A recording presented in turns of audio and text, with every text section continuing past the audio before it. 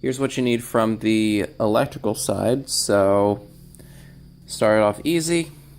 Two 9-volt batteries connected in series with a wire nut. So you're working with about 18 volts, 9 volts in each one. Second, wire nuts to obviously connect the wires. Third, your trigger mechanism, which is going to be a Rainbird 3/4 inch, or they also have 1 inch. I recommend 3/4 inch though, sprinkler valve. And you can get cheaper ones like Orbit and Hunter, but when it comes to air cannons, these tend to work better. And then finally, your wireless remote system. You can get these on Amazon. I got mine on allelectronics.com. And all these wires that come with it. And I'll show you how to connect them. So this is going to be the electrical part of the procedure. And then I'll show you the pneumatic part, which is basically the same as building any kind of air-powered, any kind of air-powered potato cannon. So you have your battery, you have your wireless receiver, you have your wireless transmitter, your remote, and then you have your sprinkler valve, also known as your valve, your trigger. So anyway, you have the batteries, they're connected in series, so you're working with 18 volts out, and they're connected by two battery connectors and then connected together.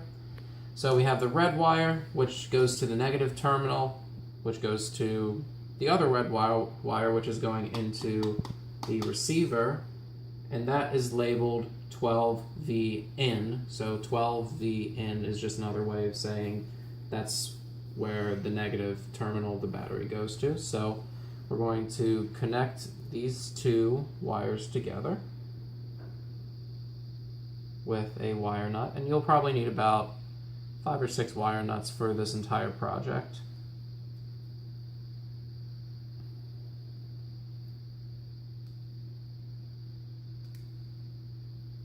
Make sure it's on there tight so it doesn't come apart.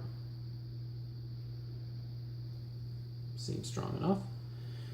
And then after that, we're going to take any one of the black wires that are labeled ground, G and D.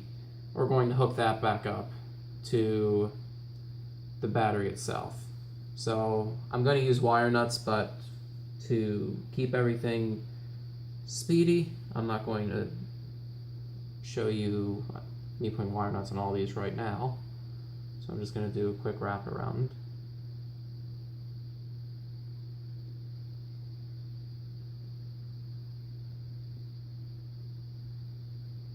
Okay.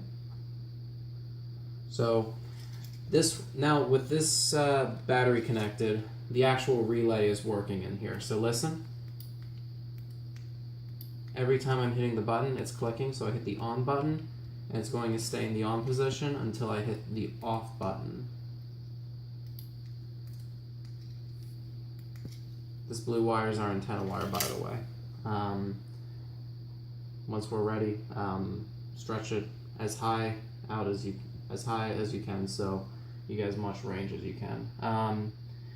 Next step is take the black wire and the red wire and just hook them up to your sprinkler valve. Now, with the actual sprinkler valve, it's not going to really matter too much on which wire you connect to which.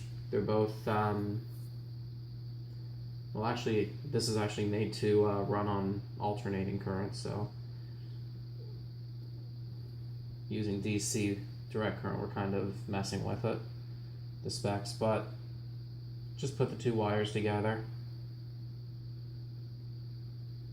Okay. Oops. So now, when I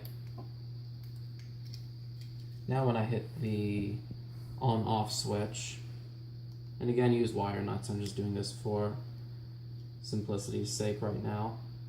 Now when I hit the on-off switch, I'm hearing the relay go on and off. And also the solenoid, which likes to keep falling off,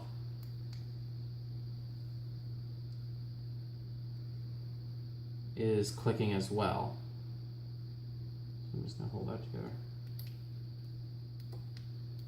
So every time I'm doing this, the solenoid on this is going on and off now, which is basically saying that when I hook this up to an air chamber, it is going to fire. So that's the electrical work.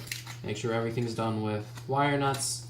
Use a wire stripper if you need to, and cut all the wires to whatever length you want to.